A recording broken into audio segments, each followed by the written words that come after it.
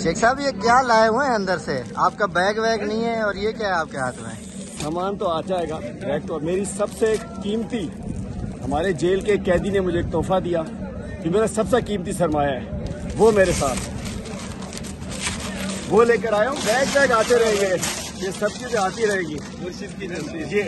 ये मेरा सरमाया मेरे साथ था, ये सरमाया मेरे साथ था। कितने महीने बाद जेल से निकल रहे हैं? महीने बाद निकल रहा हूँ, ये मेरा सरमाया है। ये बाकी सामान आता रहेगा, ये मेरा सरमाया मेरे साथ है, ये मेरे जेल से लेकर जाए। अस्सलाम वालेकुम।